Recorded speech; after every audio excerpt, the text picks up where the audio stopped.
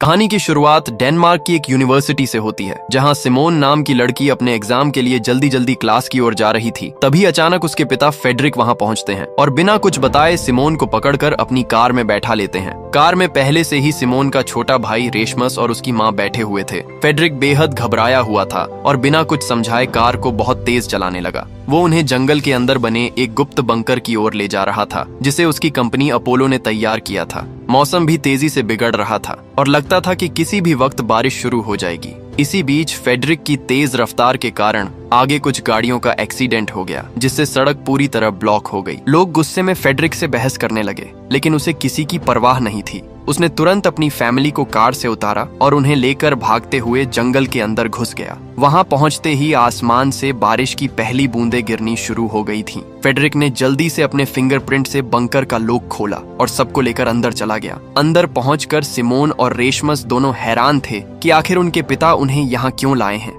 Bunker में हर जरूरत का सामान था, कई सालों तक के लिए खाना पानी और एक खुद का एयर प्रोसेसिंग सिस्टम भी। सिमोन अपने पिता से सवाल करने ही वाली थी कि तभी फेडरिक ने प्रोटेक्टिव सूट पहना और बाहर जाने की तैयारी करने लगा। वो बस इतना कहता है, जब तक मैं वापस न आ जाऊं कोई भी बंकर से बाहर नहीं जाएगा। सिमोन उसे रोकने की कोशिश करती है और सच्चाई जानना चाहती है। तब फेडरिक बताता है कि बाहर हो रही बारिश में एक बहुत खतरनाक वायरस फैल चुका है। जो भी उसके संपर्क में आता है वो कुछ ही सेकंड में दर्द से तड़प कर मर जाता है। फेडरिक ही एकमात्र व्यक्ति था जो उसका इलाज ढूंढ सकता था, इसलिए उसे तुरंत कंपनी के हेडक्वार्टर जाना था। जाते जाते वो सिमोन से कहता है कि रेशमस का खास ध्यान रखना, क्योंकि आने वाले वक्त में वही सब कुछ बदल सकता है। सिमोन को अब भी कुछ समझ नहीं आया था, पर फेडरिक बंकर छोड़कर चला गया। थोड़ी देर बाद सिमोन ने अपने फोन पर इंटरनेट खोला और जैसे ही खबरें देखीं, उसके होश उड़ गए। हर जगह मौत, तबाही और डर के दृश्य थे। लोग सड़कों पर गिर रहे थे, चिल्ला रहे थे और बारिश में तड़प कर मर रहे थे।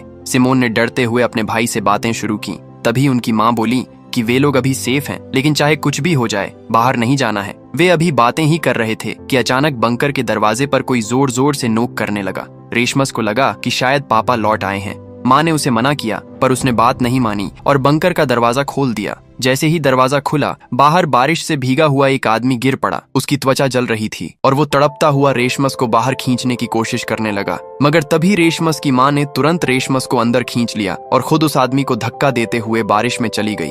बारिश में भीगते ही वो खुद भी इन्फेक्टेड होकर तड़पने लगी। उसकी सबसे बड़ी चिंता सिमोन और रेशमस के लिए थी। उसने दोनों से कहा कि एक दूसरे का ध्यान रखें। इसके बाद सिमोन भी रोते हुए दरवाजा बंद कर अंदर चली गई और अपने पिता फेडरिक को कॉल करने की कोशिश करने लगी, लेकिन उसका फोन फेडरिक के फोन से कनेक्ट नहीं हो रहा था, जिससे उसका डर और बढ़ गया। उसी समय उसे फेडरिक की बातें याद आईं, जब उसने कहा था कि सिमोन को रेशमस के सामने सब सामान्य दिखाना चाहिए। इस याद के सहारे सिमोन ने खुद को संभाला और बंकर के सारे सिस्टम्स को चेक करना शुरू किया। उसे पता चला कि उनके शहर में और भी कई ऐसे बंकर मौजूद थे जिन्हें अपोलो कंपनी ने बनाया था। सिमोन ने उन बंकर से कांटेक्ट करने की कोशिश की, लेकिन कोई फायदा नहीं हुआ। इसी दौरान उसने बंकर में उपलब्ध सामान देखते हुए एक रेडियो खोज लिया। रेडियो की मदद से उसने एक आदमी से कांटेक्ट किया जो अपने घर के बेसमेंट में छुप कर रह रहा था। बाहर के हालात बेहद खतरनाक थे और कई लोगों को पास के हॉस्पिटल में शिफ्ट किया जा रहा था ताकि उनकी जान बचाई जा सके।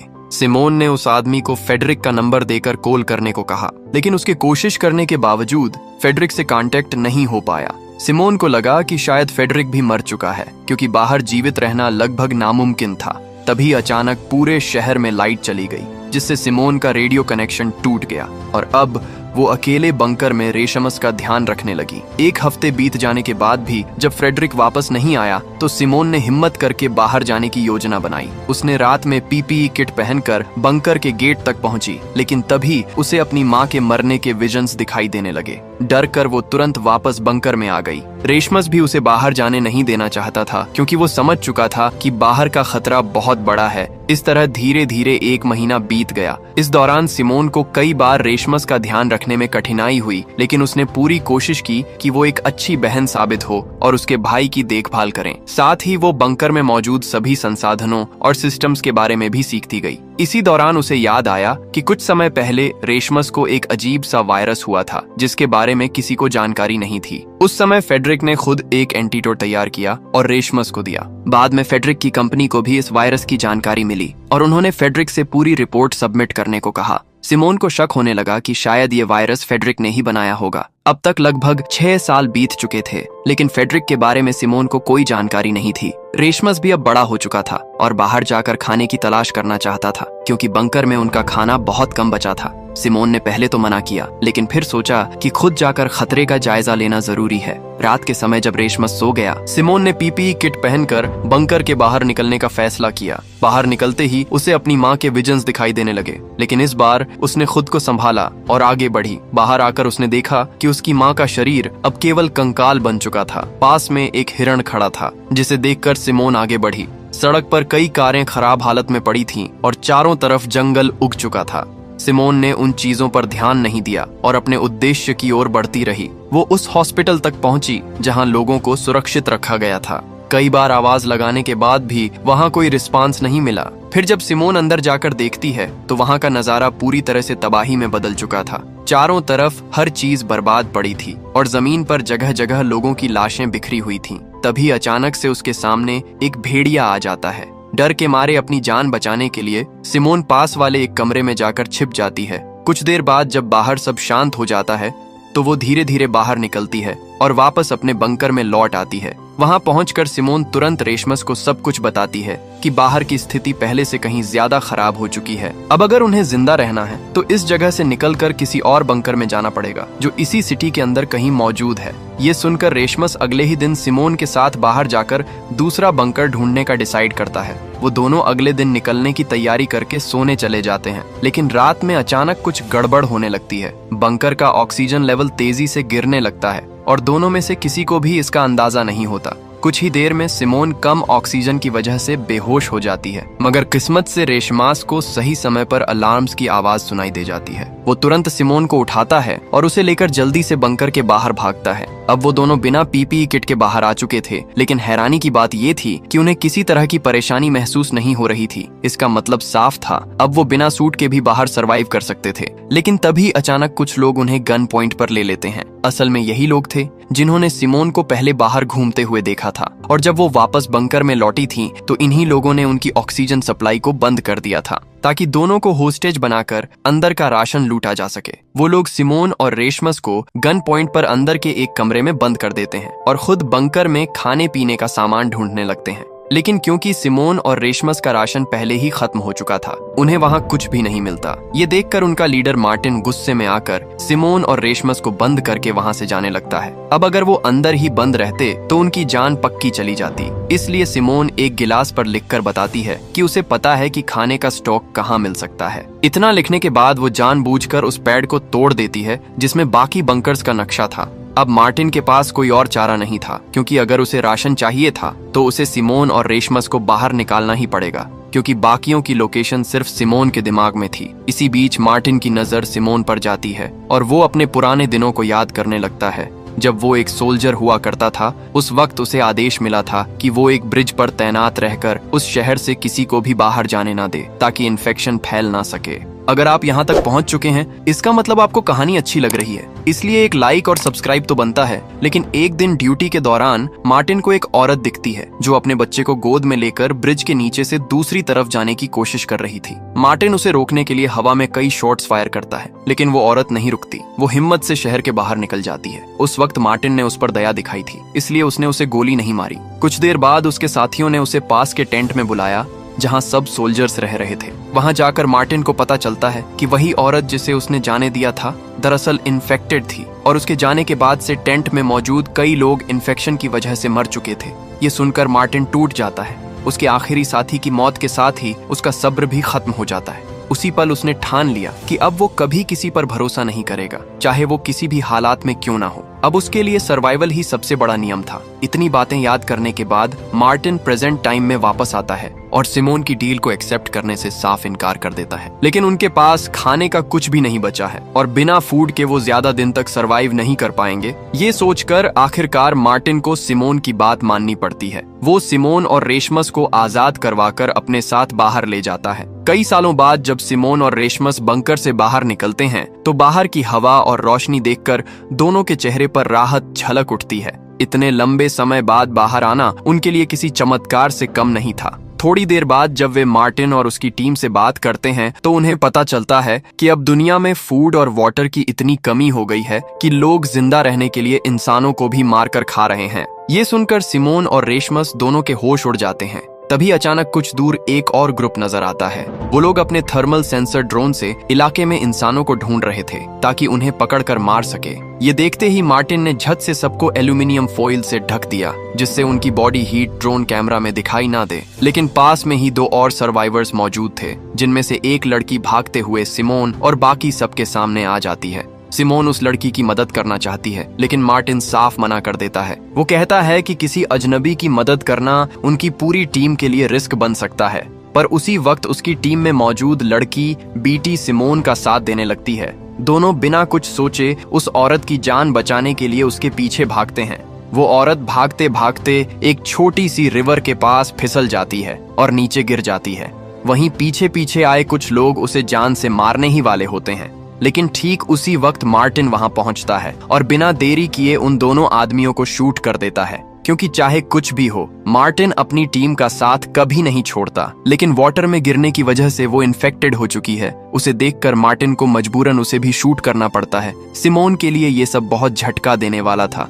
तभी उसे समझ आता है कि जमीन पर रहना तो सुरक्षित है लेकिन बारिश या रुके हुए वाटर के संपर्क में आना अब भी बहुत बड़ा खतरा है। यहाँ तक कि जरा सा भी कांटेक्ट उन्हें इन्फेक्ट कर सकता है। इस घटना के बाद सिमोन सबको लेकर एक और बंकर की ओर निकलती है जिसकी लोकेशन उसे याद थी। वहां पहुंचने में उन्हें लगभग 1 दिन का समय लगने वाला था। रात होने से पहले सब एक पास के घर में रुकने का डिसाइड करते हैं। घर के अंदर उन्हें मरे हुए हंटर्स के कुछ हथियार, कपड़े और थोड़ा बहुत सामान मिलता है। इसके अलावा वहां कुछ बोतलें क्लीन वाटर की भी रखी होती हैं। ये देखकर जोन अपनी बीमार साथी लिया को वो पानी पिलाता है। उनकी आपसी केयर देखकर सिमोन के चेहरे पर मुस्कान आ जाती है। पहले तो वो बस उनके सहारे अगले बंकर तक पहुंचना चाहती थी, लेकिन अब उसे महसूस होता है कि ये लोग बुरे नहीं हैं। धीरे धीरे सिमोन का मन सच में मार्टिन और उसकी टीम की मदद करने को तैयार होने लगता है। अगली सुबह सब सफर फिर से शुरू करते हैं। रास्ते में अचानक रेशमस का पैर एक पानी से भरे गड्ढे में चला जाता है। ये देखते ही मार्टिन तुरंत अपनी गन निकाल लेता है और उसे शूट करने वाला होता है, लेकिन तभी सिमोन बीच में आकर उसके सामने खड़ी हो जाती है और उसे रोक लेती है। वो तुरंत रेशमस का जूता उतारती है और उसकी सॉक्स चेक करती है। हैरानी की बात यह थी कि वो पूरी तरह सूखी थी। इसका मतलब रेशमस का जूता वाटरप्रूफ था और उसे किसी भी तरह का इन्फेक्शन नहीं हुआ था। ये देखकर मार्टिन चैन की सांस लेता है और अपनी गन नीचे कर देता है। फिर वो सब मिलकर अपनी यात्रा जारी रखते हैं और आखिरकार उस दूसरे बंकर तक पहुंच जाते हैं। वहां सिमोन के फिंगरप्रिंट से दरवाजा खुल जाता है। अंदर का नजारा देखकर सबके चेहरे खिल उठते हैं। वहां खाने पीने का इतना राशन था कि वे लोग सालों तक आराम से जी सकते थे। सब खुशी से झूम उठते हैं और पेट भरकर खाना खाते हैं। लेकिन सिमोन को अंदर कुछ बेचैनी महसूस होती है कि उसे मार्टिन और उसकी टीम पर भरोसा नहीं है। पता नहीं कब वो उसे जान से मार दें। इस बारे में जब वो सीधे मार्टिन से बात करती है तो मार्टिन उसे समझाता है कि सिमोन पिछले 6 इयर्स से बंकर के अंदर थी, इसलिए उसे बाहर की दुनिया और लोगों के हालात के बारे में कुछ नहीं पता। मार्टिन असल में एक अच्छा इंसान था, लेकिन प्रेजेंट टाइम ऐसा था कि किसी पर भरोसा करना अब आसान नहीं था। फिर भी सिमोन ने उसकी चेतावनी को नजरअंदाज कर दिया और अंदर बंकर में चली गई। वहां वो देखती है कि एक फोन चार्ज हो रहा है जिस पर उसकी और रेशमस की बचपन की फोटो लगी थी। ये फोन असल में सिमोन के पिता फ्रेडरिक का था, जो पुराने बंकर से निकलकर इस नए बंकर में कुछ समय के लिए आए। सिमोन तुरंत ही रेशमस के साथ उस फोन को चेक करती है। वहां उसे फ्रेडरिक की एक वीडियो मिलती है जिसमें वो बताता है कि वो स्वीडन के एक हेडक्वार्टर में इस इन्फेक्शन का एंटीटोड बनाने के लिए जा रहा है। सिमोन के दिमाग में तुरंत विचार आता है कि उसके पिता शायद अब भी जिंदा हैं, इसलिए वो रेशमस के साथ स्वीडन के उस हेडक्वार्टर जाने का फैसला करती है। सिमोन ने ये बात मार्टिन को भी बताई और उम्मीद थी कि मार्टिन उनकी मदद करेगा, लेकिन मार्टिन साफ मना कर देता है। उसका कहना था कि बंकर में उन्हें कोई खतरा नहीं था, जबकि स्वीडन के हेडक्वार्टर तक पहुंचने के लिए उन्हें शहर के बीच से गुजरना पड़ेगा जहां कितने हंटर्स छिपे होंगे। मार्टिन सोचता था कि ये बहुत रिस्की हो सकता है। मार्टिन ये भी सोचता था कि वैसे भी फ्रेडरिक की वीडियो 6 साल पुरानी थी और शायद अब तक उसकी डेथ हो चुकी होगी। अगर वो एंटीटोड बनाने में सफल हो गया होता तो मार्टिन को इसके बारे में जरूर पता चल जाता, लेकिन सिमोन ने उसकी बात को नजरअंदाज कर दिया और कुछ दिन का राशन लेकर रेशमस के साथ बंकर से निकल गई। बीट भी जोन और लिया के साथ उनके पीछे चलने का डिसाइड करती है, क्योंकि वो सच में सिमोन का साथ देना चाहती थी। लिया खुद ये समझ चुकी थी कि सिमोन की वजह से ही वो इस बंकर तक आकर सुरक्षित हो पाई थी। वैसे भी पहले मार्टिन और पैट्रिक खुद भी लिया, जोन और बीट को जान से मारने वाले थे। असल में उस वक्त वो तीनों मार्टिन और पैट्रिक को नहीं जानते थे और केवल एक ही ग्रुप में फंसे हुए थे। मार्टिन और पैट्रिक ने उन्हें लूटने के इरादे से पकड़ा था और बीट ने अपनी जान बचाने के लिए उन्हें अपने एक छिपे हुए अड्डे के बारे में बता दिया। वहां उन्होंने काफी दिनों तक फूड रखा हुआ था। मार्टिन उन पांचों के साथ उस जगह पर जाता है। वहां वे सभी मिलकर खाना खाते हैं और सच में उन्हें साथ रहकर काफी अच्छा लगता है। रात में बीट मार्टिन से अनुरोध करती है कि वो उन्हें प्रोटेक्शन प्रोवाइड करें। मार्टिन उस पर मान जाता है और तब से ही वे सभी साथ रहते हैं। प्रेजेंट टाइम में सिमोन और रेशमस को ये नहीं पता था कि जोन, लिया और बीट उनके पीछे आ रहे थे। वे शहर के पास पहुंचते हैं। रास्ते में उन्हें एक बस दिखाई देती है जो आगे के रास्ते को ब्लॉक कर रही थी। दोनों थक चुके थे, इसलिए बस में थोड़ी देर आराम करते हैं, लेकिन थोड़ी देर बाद उन्हें बाहर कुछ लोगों की परछाई दिखाई देती है। दोनों डर से वहीं सन्न रह जाते हैं। तभी पता चलता है कि वो लोग बीट, जोन और लिया है। सिमोन को बहुत अच्छा लगता है और वो उन्हें बंकर में सुरक्षित रहने के लिए कहती है, लेकिन तीनों तय कर लेते हैं कि सिमोन के साथ ही रहना है।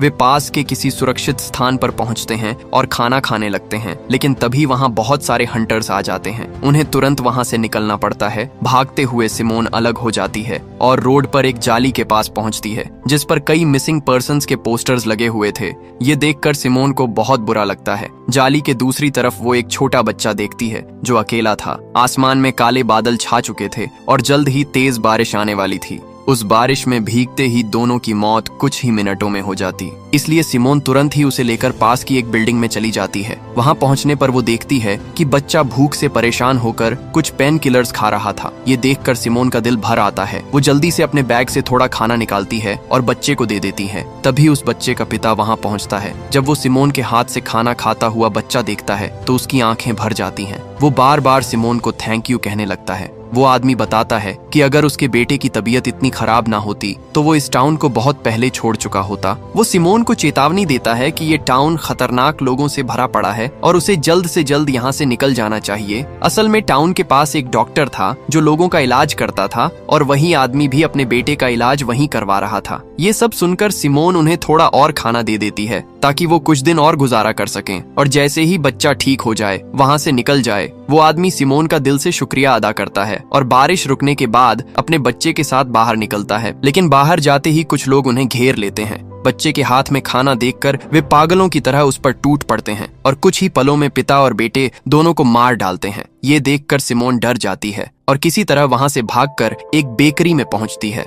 जहां उसके बाकी साथी मौजूद थे। लेकिन तभी एक आदमी अंदर आता है जो अचानक रास की गर्दन पर चाकू रख देता है और सिमोन बाकी सबसे सारा खाना मांगता है। सब घबरा जाते हैं। तभी पीछे से मार्टिन और पैट्रिक वहां पहुंचते हैं और उस आदमी को गन पॉइंट पर ले लेते हैं। रसमस की जान बच जाती है। मार्टिन और पैट्रिक को देखकर बिट और बाकी सब बहुत खुश हो जाते हैं। उन्हें उम्मीद थी कि ये दोनों उन्हें ढूंढते हुए आएंगे। असल में बिएट्रिस के जाने के बाद से मार्टिन बेचैन था क्योंकि वो उसे पसंद करने लगा था। खैर, वहां मौजूद आदमी अपनी जान बचाने के लिए रेशमस को स्टैब करके भाग जाता है। सब डर जाते हैं और रसमस को संभालने लगते हैं। तब सिमोन बताती है कि पास में एक बंकर है जहां उसका इलाज किया जा सकता है। इसलिए सब रसमस को एक शॉपिंग कार्ट में डालकर उस बंकर की तरफ निकल पड़ते हैं। लेकिन वहां पहुंचने पर उनके होश उड़ जाते हैं क्योंकि बंकर का गेट पहले से टूटा हुआ था और अंदर का सारा खाना और जरूरी सामान गायब था। अब उनके पास खाने का कुछ नहीं था और रसमस की हालत भी खराब थी। मार्टिन जल्दी से उसके घाव पर डक्ट टेप लगाता है ताकि खून रुक सके।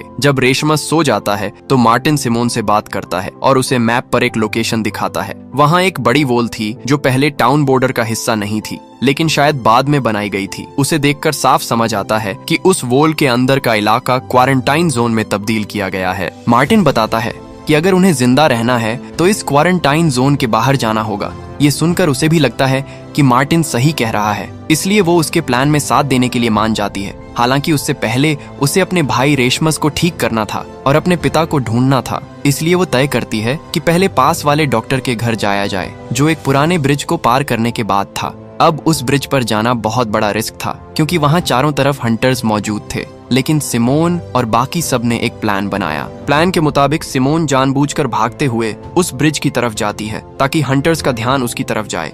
थोड़ी देर में कुछ ड्रोन्स उसकी लोकेशन ट्रैक कर लेते हैं और हंटर्स उसे पकड़ने के लिए पीछे पड़ जाते हैं। सिमोन उन्हें दौड़ते हुए एक पुरानी फैक्ट्री के अंदर ले जाती है जहां पहले से मार्टिन और बाकी सब लोग छिपे हुए थे। जैसे ही हंटर्स फैक्ट्री के अंदर पहुंचते हैं, मार्टिन और उसकी टीम उन्हें गन पॉइंट पर ले लेते हैं। अब मार्टिन उनसे उनके बाकी साथियों और उनके बेस के बारे में पूछता है, लेकिन वे कुछ भी बताने से इनकार कर देते हैं। मार्टिन का गुस्सा बढ़ जाता है और वो उन्हें मारने का फैसला करता है। ये देखकर सिमोन को बिल्कुल अच्छा नहीं लगता, क्योंकि वो चाहती थी कि मार्टिन किसी की जान ना ले, ताकि उनमें और उन खूंखार लोगों में कुछ तो फर्क बना रहे। लेकिन मार्टिन उसकी बात नहीं सुनता। तभी जीन उन हंटर्स में से एक के हाथ पर बना टैटू नोटिस करता है। उस टैटू को देखते ही उसका चेहरा बदल जाता है। वो बिना कुछ बोले मार्टिन से कहता है कि उन लोगों को खत्म कर दो, और खुद वहां से बाहर चला जाता है। बाकी सब लोग समझ ही नहीं पाते कि जीन ने ऐसा क्यों कहा। थोड़ी देर बाद मार्टिन बाकी सबको भी बाहर भेज देता है, लेकिन बाहर निकलते ही 3 गन शूट्स की आवाज गूंजती है। सब समझ जाते हैं कि मार्टिन ने उन हंटर्स को मार दिया है। कुछ देर बाद मार्टिन बाहर आता है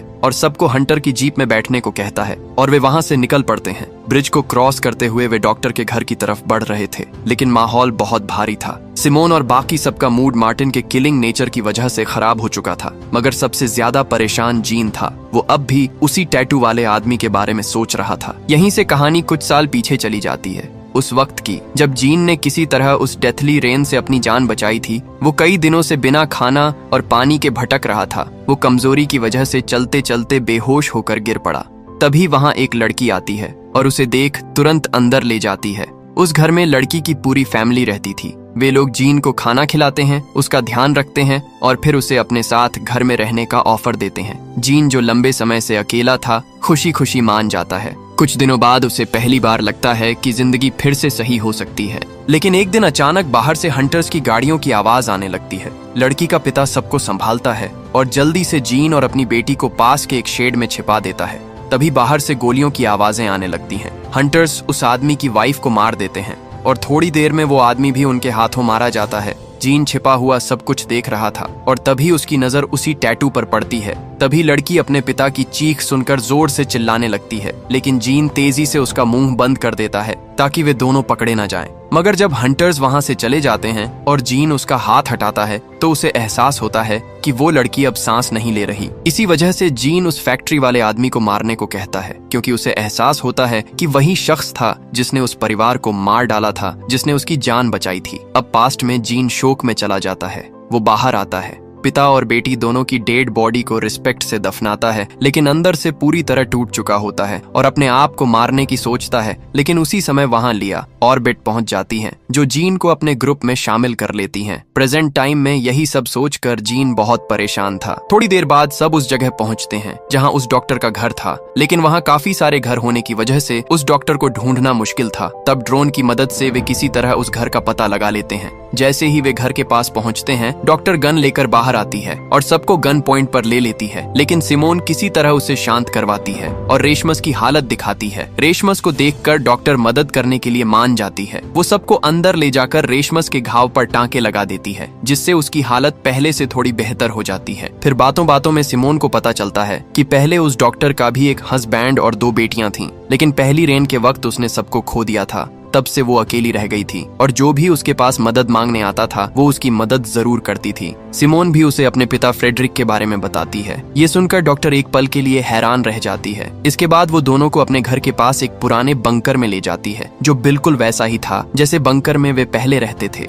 यानी ये साफ था कि डॉक्टर भी पहले फ्रेडरिक की कंपनी में काम कर चुकी थी। अंदर जाकर डॉक्टर रेशमस को ठीक करने के लिए एक इंजेक्शन लगाने लगती है। उसी वक्त सिमोन उससे फ्रेडरिक के बारे में पूछती है, लेकिन डॉक्टर कहती है कि उसे ऐसे किसी आदमी के बारे में कुछ नहीं पता। ये सुनकर सिमोन कंफ्यूज हो जाती है, क्योंकि फ्रेडरिक तो कंपनी के सबसे पुराने वैज्ञानिकों में से एक थे। सब लोग उन्हें जानते थे। वो डॉक्टर से सच्चाई जानने की कोशिश करती है, जिस पर डॉक्टर बताती है कि उसे फ्रेडरिक से नफरत है। दरअसल फ्रेडरिक के एक एक्सपेरिमेंट की वजह से ही ये रेन वायरस फैला था, जिसने डॉक्टर की पूरी फैमिली को मार दिया था। और यही वजह थी कि अब वो सिमोन और रेशमस दोनों को इस बंकर में लाकर मारने वाली थी। ये सुनकर सिमोन के तो होश उड़ जाते हैं। वहीं बाहर मार्टिन और बाकी सब बातें कर रहे होते हैं कि तभी उन्हें कुछ गाड़ियों की आवाजें सुनाई देती हैं। वो हंटर्स की गाड़ियां थीं, वही हंटर्स जिन्हें सिमोन ने जिंदा छोड़ने की बात की थी। अब जीन ये देखकर गुस्से में आ जाता है और गन उठाकर सीधे उस टैटू वाले बंदे को मार देता है। ये देखकर बाकी सब उसे गन पॉइंट पर ले लेते हैं। मार्टिन भी जवाबी फायर करने वाला होता है, लेकिन पैट्रिक उसे रोक देता है क्योंकि अभी उनके पास लोगों की तादाद बहुत कम थी और हंटर्स की संख्या ज्यादा। इसलिए वे लोग फिलहाल पीछे हटने और बाद में जीन को बचाने का प्लान बनाते हैं। पैट्रिक और मार्टिन तुरंत सिमोन और रेशमस को ढूंढने निकल पड़ते हैं। जल्दी ही वे उस बंकर तक पहुंच जाते हैं जहां सिमोन किसी तरह डॉक्टर को रोकने की कोशिश कर रही होती है, पर जब डॉक्टर नहीं रुकती तो पैट्रिक मजबूर होकर उसे शूट कर देता है और डॉक्टर वहीं मर जाती है। उसके बाद सब वापस किसी सेफ जगह की तलाश में निकल पड़ते हैं। रास्ते में पैट्रिक को मार्टिन पर गुस्सा आता है कि उसने उन हंटर्स को जिंदा क्यों छोड़ा था, क्योंकि अगर उसने ऐसा नहीं किया होता तो जीन आज उनके साथ होता। मार्टिन को भी इस बात का पछतावा था, लेकिन वो पैट्रिक के सामने कुछ नहीं कहता। रात में जब सब आराम करने रुकते हैं तो सिमोन उसके पास आती है और कहती है कि गलती उसकी भी थी। अगर वो मार्टिन को उन लोगों को छोड़ने को नहीं कहती तो शायद जीन अब भी जिंदा होता। मार्टिन उसे माफ कर देता है और दोनों तय करते हैं कि आगे के सफर में अब हर कोई अपने अपने तरीके से जिएगा, क्योंकि इस टूटे हुए संसार में भरोसा और इंसानियत अब लगभग खत्म हो चुकी थी। अब अगली सुबह जब वे लोग जंगल के रास्ते से आगे बढ़ते हुए जीन को ढूंढने की कोशिश कर रहे थे, तभी अचानक आसमान में काले बादल छा जाते हैं। बारिश कभी भी शुरू हो सकती थी, इसलिए सब घबराकर किसी शेल्टर की तलाश करने लगते हैं, लेकिन आसपास कोई भी जगह मौजूद नहीं थी, जिसका मतलब साफ था कि अगर बारिश शुरू हो गई तो शायद अब वे सब जिंदा नहीं बचेंगे। पर मार्टिन किसी तरह एक पुराना मेंशन ढूंढ लेता है जहां जाकर वे लोग बारिश से बच सकते थे। मगर जैसे ही वे वहां पहुंचते हैं, अचानक कुछ अजनबी लोग आकर उन्हें चारों तरफ से घेर लेते हैं। मार्टिन तुरंत अपनी गन निकालकर उन्हें डराने की कोशिश करता है, लेकिन हैरानी की बात ये थी कि वे लोग गन से भी नहीं डरते थे। तभी उनके सामने उनका लीडर एलेक्स आता है और कहता है कि वो लोग किसी को नुकसान पहुंचाने नहीं आए बल्कि मदद करने आए हैं, और कोई रास्ता ना होने की वजह से वो अपनी टीम के साथ एलेक्स के घर के अंदर चला जाता है। अंदर पहुंचकर वे देखते हैं कि वहां एलेक्स जैसे और भी लोग रहते थे, जिन्हें ना खाने की कमी थी और ना ही पानी की। एलेक्स उन्हें एक कमरा देता है ताकि वे आराम कर सके। मार्टिन और बाकी सब थोड़ा डरते हुए अंदर जाते हैं और वहीं रात बिताते हैं। अगली सुबह उनके पास एक बूढ़ी औरत कैरन आती है जो वहाँ की बाकी सारी चीजें संभालती थी। वो मुस्कुराते हुए सबको बाथरूम की ओर ले जाती है ताकि वे नहा सकें। रास्ते में सिमोन और पैट्रिक देखते हैं कि कैरन और बाकी लोग अपने बैकयार्ड में ही सब्जियां उगा रहे हैं। कैरन उन्हें एक टोमेटो खाने के लिए देती है, लेकिन सबको डर था कि कहीं उसमें कुछ गड़बड़ ना हो। कैरन खुद वो टोमेटो खाकर दिखाती है और जब उसे कुछ नहीं होता तो बाकी सब भी थोड़ा रिलैक्स हो जाते हैं। फिर वो सबको नहलाने के लिए पानी दिखाती है, लेकिन क्योंकि पानी टॉक्सिक हो सकता था इसलिए कोई भी उसमें उतरने की हिम्मत नहीं करता। कैरन फिर खुद पानी में उतरती है और जब उसे कुछ नहीं होता तो धीरे धीरे बाकी सब भी मजे से नहाने लगते हैं, सिवाय मार्टिन के। मार्टिन को अब भी इन लोगों पर भरोसा नहीं था। उसे ये समझ नहीं आ रहा था कि इतने बुरे समय में इनके पास इतना ताजा खाना, पानी और मांस आखिर आ कहां से रहा था। इसीलिए वह अकेले ही पूरे मेंशन का चक्कर लगाने निकल पड़ता है। काफी देर तक इधर उधर देखने के बाद भी उसे कुछ खास नहीं दिखता। वो वापस घर लौट आता है जहां बिएट्रिस, लिया और पैट्रिक को बाकी सबके साथ डाइनिंग टेबल पर खाना खाते हुए देखता है। ये देखकर उसका शक और बढ़ जाता है। मार्टिन सीधे एलेक्स के पास जाकर पूछता है कि इतने बुरे समय में जब आसपास जानवर भी नहीं बचे तो उनके पास इतना ताजा मीट आखिर आता कहां से। एलेक्स बस मुस्कुराते हुए जवाब देता है कि वो बस उनकी मदद कर रहा है और उन्हें अब उस पर भरोसा करना चाहिए। लेकिन मार्टिन को उसकी बातें बनावटी लगती हैं। वो धीरे धीरे नीचे बेसमेंट की ओर जाने लगता है जहां से उसे मांस काटने की आवाज आ रही थी। वो दरवाजे तक पहुंचता है और वो अंदर जाने ही वाला होता है कि तभी एक वर्कर उसके सामने आ जाता है। मार्टिन जल्दी से बहाना बनाता है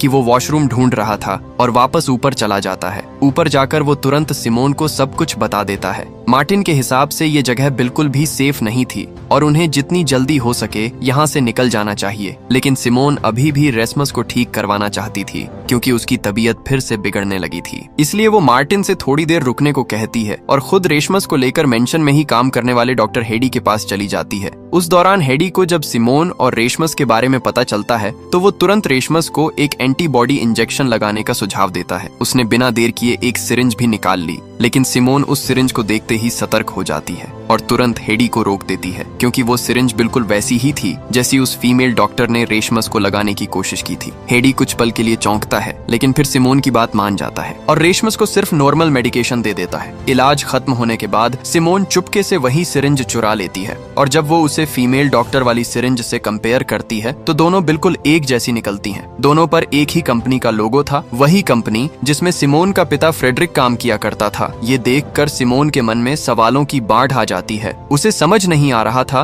कि आखिर हेडी और उसके पिता की कंपनी के बीच क्या रिश्ता हो सकता है। इसलिए वो सीधे उसके पास जाकर फ्रेडरिक के बारे में पूछती है। सिमोन को गुस्सा भी आता है क्योंकि अब उसे ये समझ आने लगा था कि इस पेंडेमिक के फैलने के पीछे उसी कंपनी का हाथ था और आज भी लोग उसी कंपनी के प्रोडक्ट्स का इस्तेमाल कर रहे हैं। हेडी कुछ जवाब देने ही वाला होता है कि तभी एलेक्स आकर बीच में बोल पड़ता है। वो सिमोन को शांत करने की कोशिश करता है और उसे वहां से बाहर भेज देता है। थोड़ी देर बाद जब सिमोन अपने साथियों के पास वापस आती है तो वो सब कुछ मार्टिन को बता देती है। ये सुनकर मार्टिन का शक और गहरा हो जाता है और अब वो वहां से जल्द निकलने का प्लान बनाने लगता है। लेकिन सिमोन किसी भी हालत में वहां से नहीं जाना चाहती थी। वो ये जानना चाहती थी कि इन लोगों का उसके पिता की कंपनी से आखिर क्या रिश्ता है। सिमोन के इस फैसले से मार्टिन थोड़ा परेशान हो जाता है, लेकिन बाकी सबको तो वहां का माहौल काफी अच्छा लग रहा था। लिया तो धीरे धीरे उस जगह के लोगों से घुल मिल भी चुकी थी। उसे कैरन के साथ समय बिताना बहुत अच्छा लगने लगा था क्योंकि कैरन उसे अपनी बेटी की तरह ट्रीट करती थी।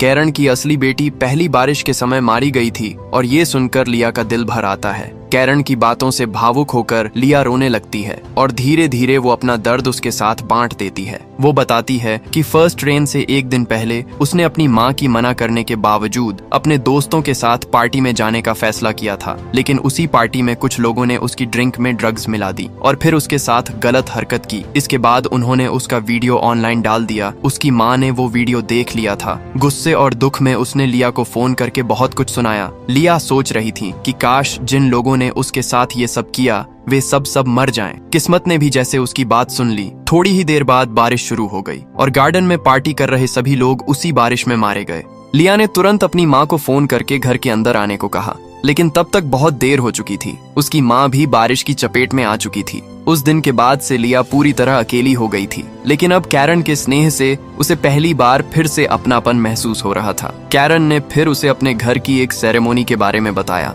एक छोटी सी रिचुअल जिसमें हिस्सा लेने वाले को ही इस घर का हिस्सा माना जाता था। ये सुनकर लिया ने वहां हमेशा के लिए रहने का फैसला किया और अपने बाकी साथियों के साथ उस सेरेमोनी में शामिल होने का फैसला किया। लेकिन मार्टिन ने उस सेरेमोनी में हिस्सा नहीं लिया। वो अब भी उस घर में मीट के असली सोर्स के बारे में जानना चाहता था। रात होने पर जब सब लोग सेरेमोनी में व्यस्त थे, तब मार्टिन धीरे से नीचे उस रूम में जाता है जहाँ पर हर दिन मांस काटा जाता था। शुरुआत में सब कुछ नॉर्मल दिख रहा था, एक टेबल, कुछ टूल्स और फ्रीजर, लेकिन जब उसने पास रखे एक बड़े फ्रीजर का दरवाजा खोला तो उसके सामने जो नजारा था उसने उसके रोंगटे खड़े कर दिए। अंदर एक मरे हुए इंसान की डेड बॉडी टंगी हुई थी, जैसे कोई जानवर काटा गया हो। गुस्से और डर के साथ वो ऊपर की ओर जाता है जहाँ सेरेमोनी हो रही थी। और दोस्तों, इसी के साथ इस कहानी के पार्ट 1 की एंडिंग हो जाती है। अगर वीडियो अच्छी लगी हो तो लाइक जरूर करें और आप इसका अगला पार्ट चाहते हैं तो कमेंट में पार्ट 2 लिख दो। साथ ही चैनल को सब्सक्राइब कर लो। मिलते हैं आपसे अगली शानदार वीडियो में।